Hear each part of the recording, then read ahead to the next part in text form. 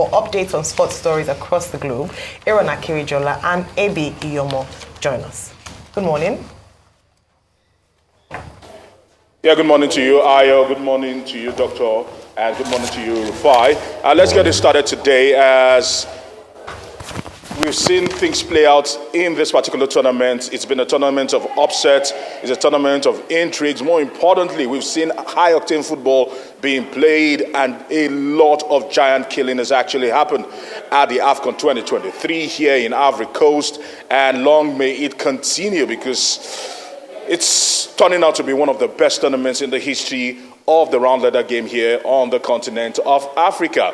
Now let's turn our attention to the Super Eagles. One thing is certain, we know that the Super Eagles are in the round of 16, but we have now discovered the opponent the Super Eagles will be playing.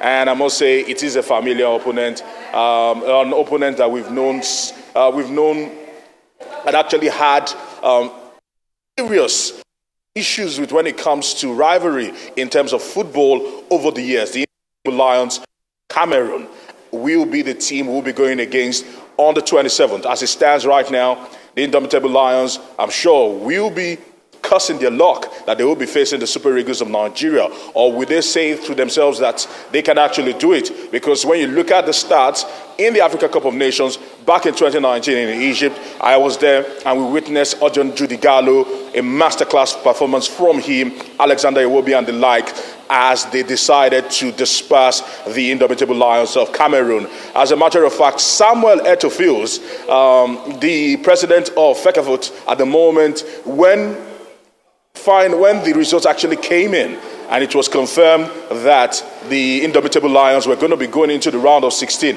He was literally overcome with emotions, knowing that he himself had spearheaded the Indomitable Lions time and time again into dizzier heights at this AFCON. He felt a huge relief that his team and Rigobert Song could actually march into the next round. Kudos to them. And before I hand it over to AB, quickly let's talk about the fact that, let's just probably for the footballing lovers out there and those that love the round ladder game here in Africa, let's just cast our mind back to when the Super Eagles made a remarkable comeback. Samuel Eto'o-Fields scoring for the Indomitable Lions of Cameroon, and the Super Eagles roaring back and getting that particular win. We are hoping to see things like this play out again when we meet at the Bonny Stadium come Saturday the 27th of this month in the round of 16. Well, other matches were played yesterday in the African Cup of Nations. We saw Senegal have a routine victory, becoming the only team at this tournament to get 9 maximum points from the group, progressing on a high, the defending champions, meaning they are definitely on the right track. Yes. And we also saw other matches pan out there in Group C, where that's Gambia and Cameroon played. Angola and Burkina Faso had a game down, so Angola recorded a 2-0 victory. And let's not forget Mauritania against Algeria. Last time out in the African Cup of Nations, Algeria exited in the round of 16. Yes. And so many thought that they had regrouped and probably become more prepared, but this time out, they did not just leave the African Cup of Nations, but left on a bad record. Yes. Mauritania got their first AFCON game win against an Algerian side who are 2-time champions, having Riyad Mahrez, Buneja, and the likes of them. Aaron, this is really a tournament that has brought the best of results. We've seen teams deemed smaller, but getting victories against a bigger size. I think at the round of 16, we hope to see bigger games being played, better results being played, and more exciting atmosphere for the fans and viewers, obviously. Mm-hmm. And not forgetting the coaches also. Yeah, we saw coaches. Definitely, when you see bad results, they always have a repercussion. We've seen the coach of Ghana resigning, that's Chris Hughton.